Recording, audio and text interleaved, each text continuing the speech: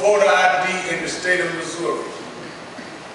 Many of us do not respond to civil rights unless it is bloody and dramatic.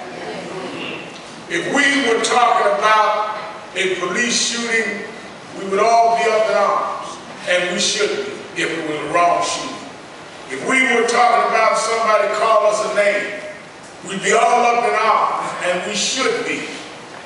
But when we talk about things like this, it is hard to energize us because we do not understand the complexities of the issue.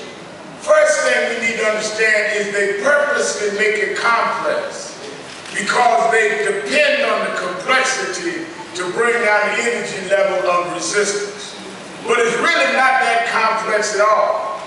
This is a design to try and disenfranchise millions of voters around this country by those that never wanted to see a lot of people voting in the first place.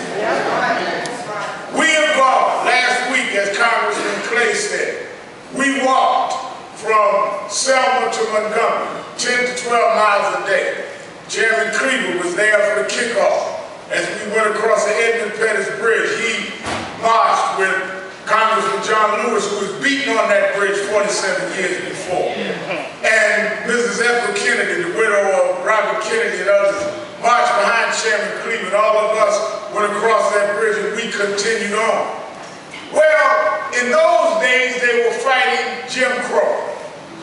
Today we're fighting James Crow Jr. Esquire.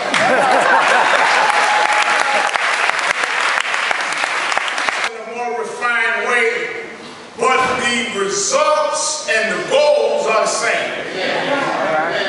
Jim Crow said, I'm going to have a poll tax. I'm going to ask you how many bubbles on a bar of soap. I'm going to ask you to recite the Constitution verbatim. James Crow Jr. is too smart for that. He says you have to have government photo ID. You got to be able to prove with just this particular ID who you are. Well, Mr. James Crow Jr. Esquire, why do we need to do that? Well, we've got to prevent voter fraud. Well, show us where there has been voter fraud. Why are you trying to prevent something that has never been there? According to the Bush Justice Department, there was 0.003% voter cases. Some of them not voter fraud.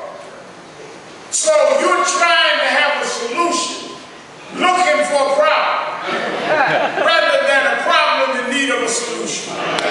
So therefore your motive must be different because you're not solving a problem, you're creating a problem. The fact of the matter is,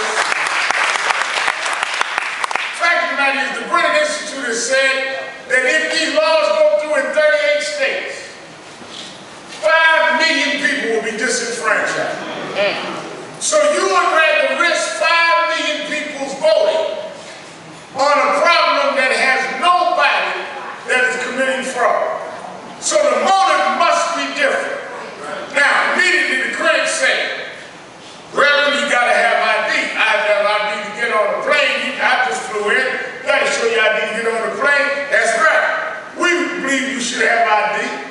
Let's have the same ID we had when Ronald Reagan ran and George Bush Sr. ran.